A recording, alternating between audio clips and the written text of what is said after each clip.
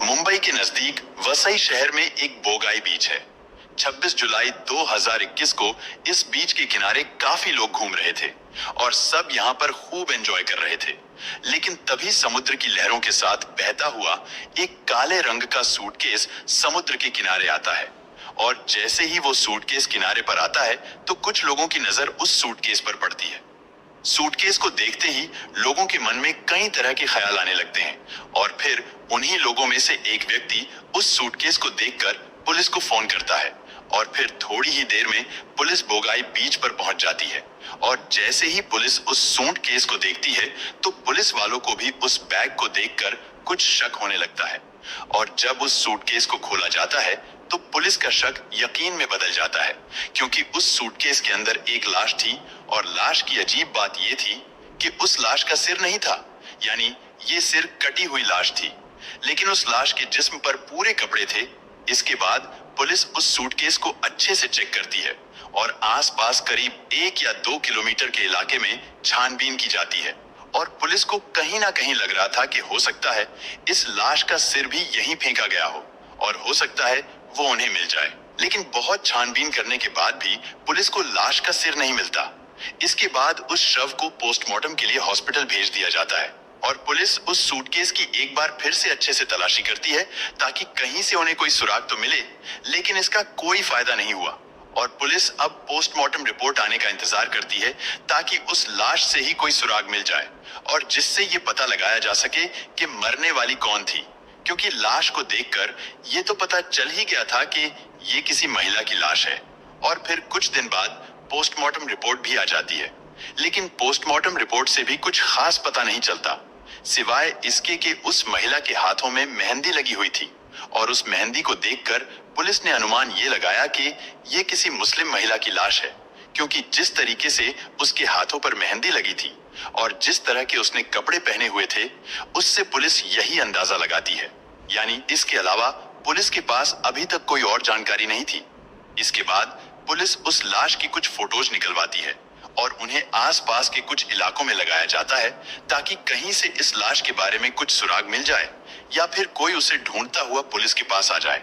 और साथ ही वसई पुलिस द्वारा मुंबई के सभी पुलिस स्टेशन में भी ये सूचना दे दी जाती है कि अगर किसी महिला की कोई मिसिंग रिपोर्ट हो तो उन्हें इसकी जानकारी दी जाए। लेकिन इतना कुछ करने के बाद भी पुलिस को इस लाश के बारे में कहीं से कुछ भी पता नहीं चला और ना ही कहीं से कोई सुराग मिला और अब पुलिस भी परेशान थी कि आखिर कैसे इस ब्लाइंड मर्डर की गुत्थी को सुलझाया जाए। और इसी तरह छानबीन करते करते पुलिस को काफी समय बीत जाता है, यानी 26 जुलाई को पुलिस को ये लाश मिली थी और अभी तक लगभग 6 महीने बीत चुके थे, मगर फिर भी पुलिस को कहीं से कोई सुराग नहीं मिला था। और इसी तरह छानबीन करते करते लगभग पूरा साल खत्म हो जाता है और फिर साल 2022 आ जाता है। लेकिन अच्छी बात यह थी कि पुलिस ने उस लाश का डीएनए सैंपल, उसके फोटो और कुछ कपड़े संभाल कर रख लिए थे। इसके बाद पुलिस ने उस लाश को मुस्लिम रीति रिवाजों के साथ मुंबई के एक कब्रिस्तान में दफन करवा दिया था। इसके बाद समय बीतता गया और इसी तरह लगभग 14 महीने बीत जाते हैं और अब तक भी पुलिस को कहीं से कोई सुराग नहीं मिला था। लेकिन फिर अचानक ही 29 अगस्त को, यानी 14 महीने बाद, एक व्यक्ति मुंबई के एक पुलिस स्टेशन में आता है और वहां आकर वो कहता है कि मेरी भतीजी पिछले करीब 14 महीने से घर से गायब है और हमें उसका कोई पता नहीं लग रहा है कि आखिर वो अचानक कहाँ चली गई है।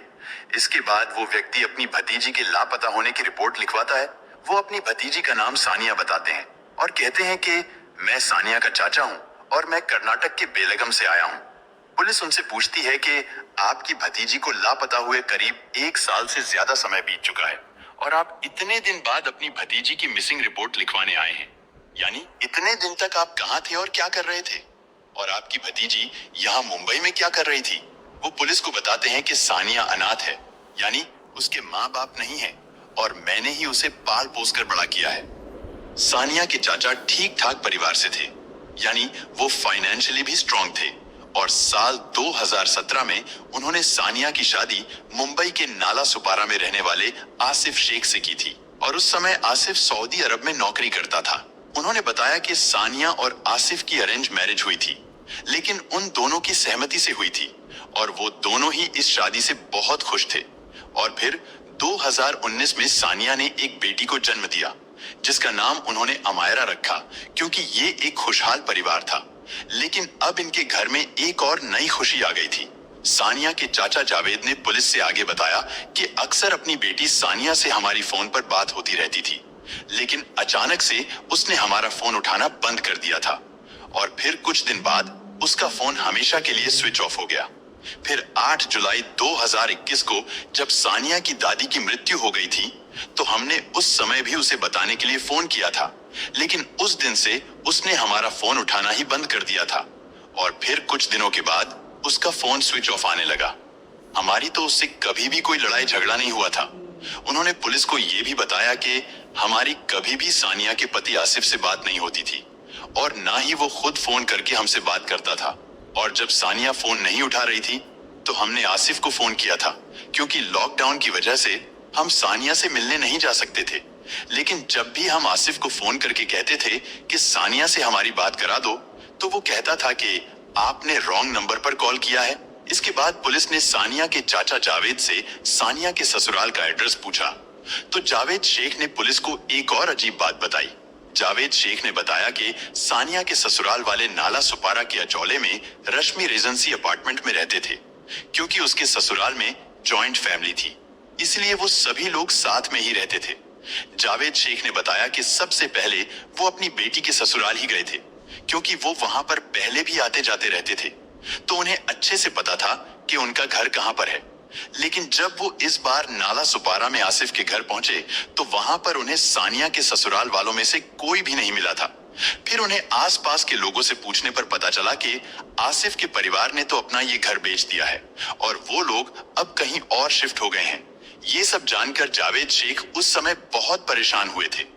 एक तो बेटी के बारे में उन्हें कुछ पता नहीं चल रहा था और अब उसके ससुराल वाले भी अपना ये घर बेचकर कहीं और चले गए थे और अब ये भी नहीं पता कि वो कहां पर गए हैं, यानी अब उनको कहां ढूंढा जाए। जावेद शेख के साथ उनके कुछ रिश्तेदार भी आए हुए थे, क्योंकि इस उम्र में वो अकेले कर्नाटक से मुंबई नहीं आ सकते थे। नाला सुपारा में उनके पड़ोसियों को भी नहीं पता था कि आसिफ का परिवार कहां पर गया है। जावेद शेख परेशान थे कि अब बेटी को कैसे ढूंढा जाए, क्योंकि जावेद थोड़े पुराने ख्यालात के व्यक्ति थे। इसलिए वो अपने फोन में नंबर सेव रखने के बजाय एक छोटी सी डायरी में लिखकर रखते थे। चाचा जावेद ने अपनी इस फोन बुक में देखना शुरू किया, तो उसमें उन्हें सानिया की सास का मोबाइल नंबर मिल गया। उन्होंने तुरंत उस नंबर पर फोन किया, तो सानिया की सास ने फोन उठा लिया। फिर चाचा जावेद ने उनसे बात की और बातों बातों में सानिया की सास ने बताया कि उन्होंने अपना घर बेच दिया है और वो अब कहीं और शिफ्ट हो गए हैं। फिर उन्होंने जगह का नाम भी बताया। उन्होंने बताया कि मुंब्रा थाने डिस्ट्रिक्ट में एक छोटा सा टाउन है और वो वहीं पर रहते हैं। और सानिया की सास ने एक लैंडमार्क भी बताया कि इनके घर के पास एक बड़ा सा मैरिज हॉल है। सानिया की ससुराल का पता चलते ही जावेद शेख तुरंत अपने जानने वालों के साथ मुंब्रा पहुंचते हैं और फिर उस मैरिज हॉल के आसपास पता करते करते ये लोग सानिया के ससुराल पहुंच जाते हैं। वहां पर इनका बहुत अच्छे से स्वागत किया गया और घर पर सानिया की सास, ससुर, उसका देवर यासीन और पति आसिफ भी था। उसकी बेटी अमायरा भी थी, यानी सभी लोग तो मौजूद थे, लेकिन सानिया कहीं नहीं दिखाई दे रही थी। जावेद शेख ने आसिफ से पूछा कि सानिया कहां पर है, उसको बुलाओ। तो इस पर आसिफ ने उन्हें एक अजीब कहानी सुनाई। उसने बताया कि जुलाई 2021 में एक दिन वो सुबह को जब उठे तो उनको एक लेटर मिला था और वो लेटर सानिया ने लिखा था। उसमें लिखा था कि मुझे किसी और से प्यार हो गया है, मुझे अब तुम्हारे साथ नहीं रहना है, मैं उसके साथ रहने के लिए जा रही हूँ। यानी सानिया अपना घर छोड़कर अपने आशिक के साथ भाग गई है। और ये सब पढ़कर आसिफ का पूरा परिवार दुखी हो गया था कि सानिया का किसी के साथ एक्स्ट्रा मैरिटल अफेयर था और वो उसी के साथ भाग गई है, यानी उसने अपने पति और बेटी का भी ख्याल नहीं किया। आसिफ ने बताया कि वो लेटर उसने संभाल कर रख लिया था। फिर उसने वो लेटर सानिया के चाचा जावेद को भी दिखाया। इसके आगे जावेद ने पुलिस को बताया कि वो लेटर उन्होंने भी पढ़ा था। सानिया के ससुराल वालों की सारी बातें सुनने के बाद सानिया के चाचा और दूसरे रिश्तेदार मुंबई में जहां पर ठहरे हुए थे वहां चले गए। चाचा जावेद को सानिया की इस हरकत से बहुत दुख पहुंचा था, लेकिन उन्हें इस बात पर विश्वास नहीं हो रहा था और उनका दिल भी नहीं मान रहा था क्योंकि सानिया को तो उन्होंने बचपन से पाल पोस कर बड़ा किया था और वो अच्छी तरह से समझते थे कि सानिया ऐसा नहीं कर सकती, और अगर वो कहीं जाती भी तो वो उनसे रिश्ता कभी नहीं तोड़ती। और इन्हीं चीजों को लेकर जावेद शेख 2-3 दिनों तक बहुत सोचते रहे, क्योंकि इस बात को उनका मन नहीं मान रहा था। और फिर 29 अगस्त 2022 को वो मुंब्रा पुलिस स्टेशन पहुंचे और यहाँ की पुलिस ने उनसे कहा कि आपकी बेटी नाला सुपारा के अचौले थाना क्षेत्र के अंतर्गत से गायब हुई थी, इसलिए आपको वहीं जाना चाहिए, क्योंकि अगर वो भी कंप्लेंट लिखते तो फिर भी उसे हमें नाला सुपारा के थाने में ही ट्रांसफर करना पड़ता। और फिर उसी दिन जावेद शेख नाला सुपारा के अचौले पुलिस स्टेशन पहुंचते हैं और वहां की पुलिस ने सानिया शेख की मिसिंग रिपोर्ट दर्ज कर ली और फिर तुरंत ही छानबीन शुरू कर दी। जावेद शेख को यकीन नहीं था कि सानिया किसी के साथ भाग सकती है। उन्हें लग रहा था कि जरूर उसके साथ कुछ तो हुआ है। रिपोर्ट लिखवाने के बाद जावेद शेख अपने घर चले जाते हैं और फिर पुलिस ने जावेद शेख की बातों पर विश्वास करते हुए मुंबई इलाके के सभी थानों में सूचना दे दी कि जुलाई 2021 या फिर इसके बाद के जितने भी अनसॉल्व केसेस हैं, यानी जिनमें किसी की लाश मिली हो और उसकी पहचान ना हुई हो, और अगर ऐसा कोई केस है तो उसकी फाइल्स हमें भेजिए। और फिर 26 जुलाई 2021 को वसई के बीच से मिली उस सर कटी लाश का केस सामने आता है और इत्तेफाक से ये भी एक मृतक महिला थी और उसकी कदकाठी भी सानिया की कदकाठी से मेल खा रही थी। और अगले दिन फिर अचौले पुलिस ने सानिया के चाचा जावेद को थाने में बुलाया और उनको उस शव की तस्वीरें और वो मेहंदी के डिजाइन, इसके अलावा और भी कई चीजों की फोटोज दिखाई। जावेद शेख उस शव को कपड़ों से तुरंत पहचान जाते हैं। उन्होंने कहा कि ये इनकी बेटी सानिया की जैसी लग रही है, क्योंकि वो भी ऐसे ही कपड़े पहनती थी।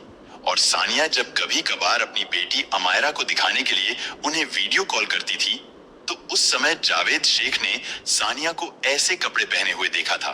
इसके बाद सानिया के ससुराल वालों को भी अचौले पुलिस स्टेशन बुलाया गया। उन्हें भी फोटोज दिखाई गई, लेकिन वो लोग उस शव को पहचानने से इनकार कर देते हैं और वो लोग अपनी बात पर ही अड़े रहे कि सानिया तो किसी के साथ भाग गई है। और उनका इस बात पर विश्वास करने की वजह थी वो लेटर जो आसिफ को मिला था। फिर अचौले पुलिस ने वो लेटर आसिफ से ले लिया और उसे एक्सपर्ट्स के पास जांच के लिए भेज दिया गया।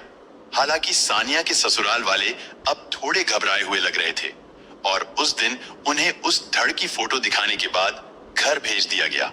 इसके बाद चाचा जावेद शेख से थोड़ी और पूछताछ की जाती है कि क्या आपको सानिया के ससुराल वालों पर कोई शक है, और अगर है तो क्यों है। सानिया के चाचा जावेद ने कहा कि शादी के शुरू में तो दहेज को लेकर घर में थोड़ी लड़ाई हुई थी और फिर समय के साथ साथ सब कुछ ठीक हो गया था, लेकिन जब अमायरा पैदा हुई थी तो उस बच्ची को लेकर सानिया और उसके ससुराल वालों में कुछ मनमुटाव चल रहा था। लेकिन सानिया ने कभी भी खुलकर इस बारे में अपने चाचा जावेद शेख से कुछ नहीं बताया था, इसलिए उन्हें इस बारे में ज्यादा कुछ नहीं पता था। और जो लाश वसई के बीच से मिली थी, केवल कह देने भर से वो सानिया की नहीं मानी जा सकती थी, क्योंकि उसको कोर्ट में साबित भी करना पड़ता और उसके पुख्ता सबूत होने चाहिए थे। और फिर पुलिस ने डीएनए जांच के लिए सानिया के पति आसिफ और उसकी 3.5 साल की बेटी अमायरा के ब्लड सैंपल ले लिए और उस लाश के सैंपल तो कलीना लैब में पहले ही सुरक्षित रखे हुए थे। इसके बाद उन तीनों का डीएनए एक दूसरे से मैच करके देखा जाता है।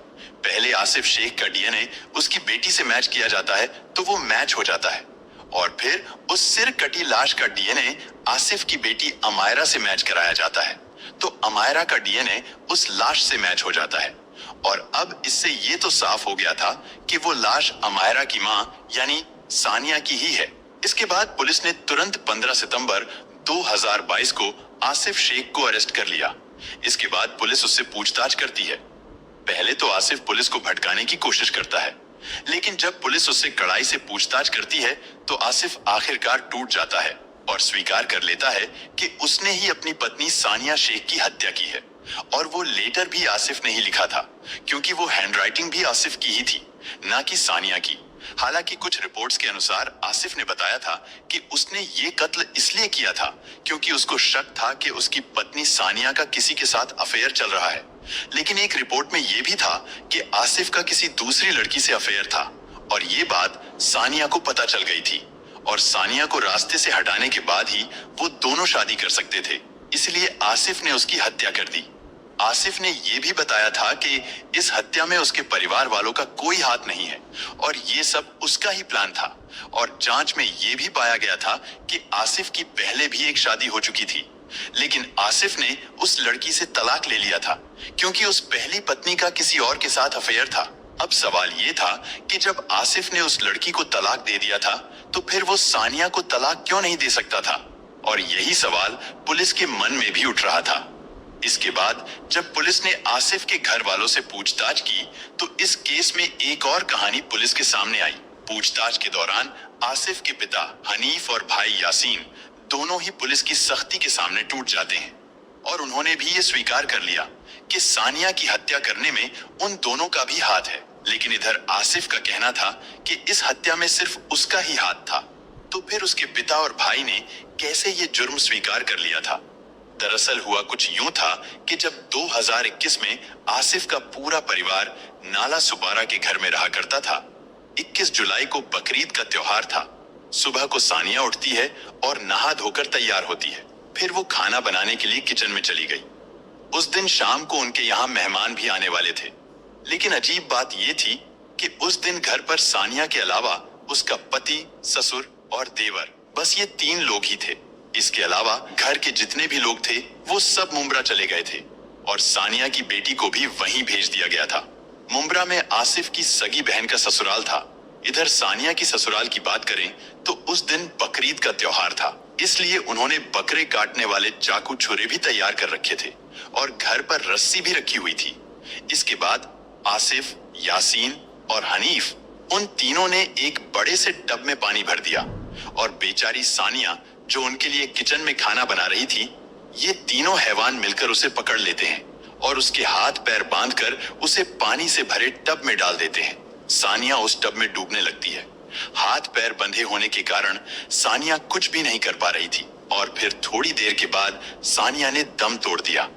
इसके बाद वो तीनों उसको बाहर निकालते हैं, लेकिन अभी भी उन तीनों को लग रहा था कि शायद सानिया जीवित है। इसके बाद आसिफ ने अपनी पत्नी का गला दबाया और बहुत देर तक दबाए रखा। फिर बकरा काटने वाले छुरे से आसिफ सानिया के सर को धड़ से अलग करने लगता है, लेकिन उस हैवान ने सानिया का गला अभी आधा ही काटा था कि खून को देखकर आसिफ की हालत खराब होने लगी और जब वो बेहोश होने लगा तो फिर सानिया के ससुर हनीफ ने आसिफ से वो छुरा ले लिया और अपनी बहू के सर को धड़ से अलग कर दिया।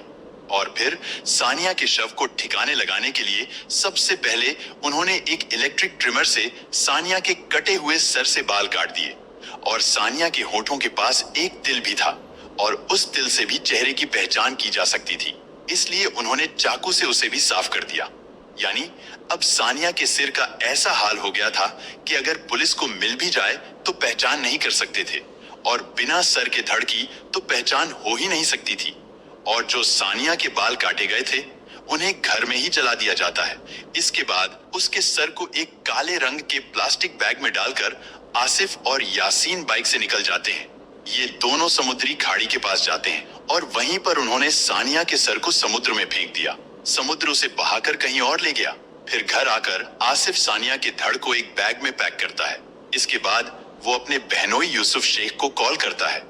क्योंकि उसका बहनोई मुंबई में कैब ड्राइवर था, इसलिए आसिफ ने यूसुफ से फोन पर कहा था कि आप जल्दी से अपनी कैब लेकर घर पर आओ। और ये दोपहर का समय था। यूसुफ तुरंत आसिफ के घर पर आता है और फिर उसको भी इस हत्या के बारे में बताया जाता है। इसके बाद ये लोग लाश से भरे उस बैग को गाड़ी में रखकर वसई बीच पर जाते हैं और समुद्र के अंदर जाकर बैग को फेंक देते हैं। उन्होंने सोचा था कि समुद्र उसे बहाकर कहीं दूर ले जाएगा। इसके बाद वो लोग अपने घर आ जाते हैं।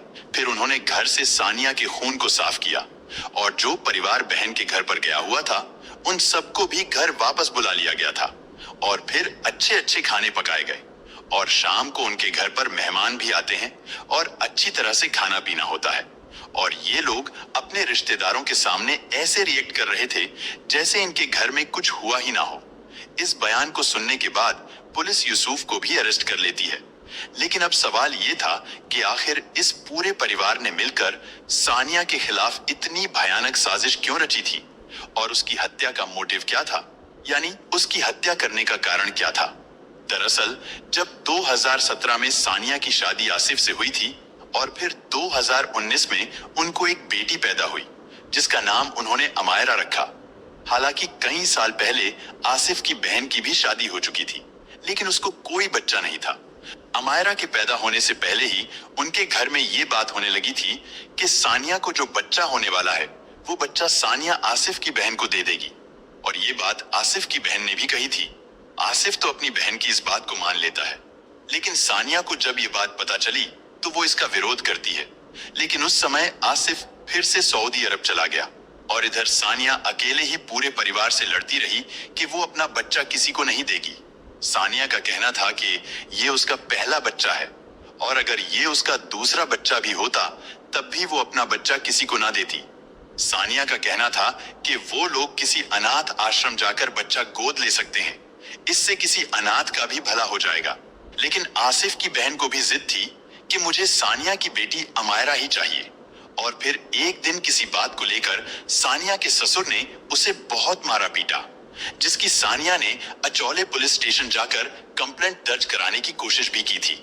लेकिन रिश्तेदारों के समझाने पर कंप्लेंट को वापस ले लिया गया था। और फिर 2020 में कोरोना महामारी के चलते लॉकडाउन लग गया, जिसकी वजह से आसिफ सऊदी अरब में ही फंस गया था। लेकिन फिर 2021 के शुरुआती दिनों में किसी तरह से आसिफ भारत आता है। ये वहां किसी शिपिंग कंपनी में काम करता था और आसिफ की भी यही जिद थी कि हम अमायरा को उसकी बुआ को ही दे देंगे क्योंकि उसके कोई बच्चा नहीं है। और इसी बात को लेकर घर में झगड़ा बढ़ता गया, यानी अब पूरा घर एक तरफ हो गया और सानिया अपनी बेटी के लिए एक तरफ थी। और तो और ससुराल वालों ने सानिया को मना कर रखा था कि अब वो अपने घर वालों से कोई बात नहीं करेगी। और यही वजह थी कि सानिया ने 8 जुलाई 2021 से अपने घर वालों का फोन उठाना बंद कर दिया था और फिर 21 जुलाई को सानिया की हत्या कर दी गई थी। इसके बाद सानिया का फोन भी स्विच ऑफ हो गया था और फिर हत्या के 5 दिन बाद वो बैग वसई बीच के किनारे पर आता है। फिर सानिया के चाचा जावेद शेख ने करीब 1 साल के बाद सानिया की गुमशुदगी की रिपोर्ट लिखवाई थी। हालांकि पुलिस इस हत्याकांड में इस्तेमाल किया गया छुरा और सानिया के सिर को बहुत कोशिशों के बाद भी बरामद नहीं कर सकी थी। वैसे इस केस को सुलझाने में वसई पुलिस की भूमिका बहुत महत्वपूर्ण रही। वसई पुलिस ने न केवल उस सिर कटी लाश की अलग अलग तस्वीरें खींचकर अपने पास रख ली थी, बल्कि जरूरत के लिए उस लाश का डीएनए सैंपल भी सुरक्षित रख लिया था।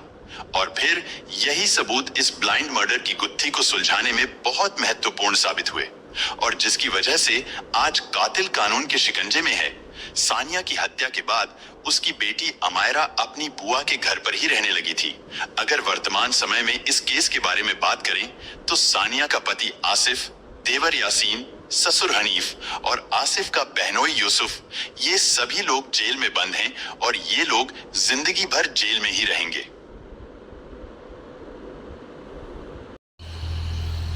विश्वमा कस्ता कस्ता अपराधहरू भइरहेका हुन्छन्।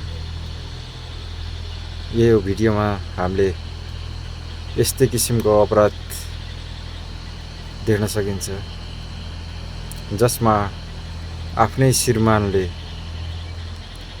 कस्तो दर्दनाक तरिकाले आफ्नो श्रीमतीको हत्या गरेका छ। यहाँ संसारमा कसले को माथि विश्वास गर्ने? आफ्नै श्रीमान आफ्नो काल बनेर आएपछि यो हेरेर कस्तो लाग्यो तपाईलाई? मन परेमा आफ्नो साथीहरुमा पनि शेयर गर्न सक्नुहुन्छ।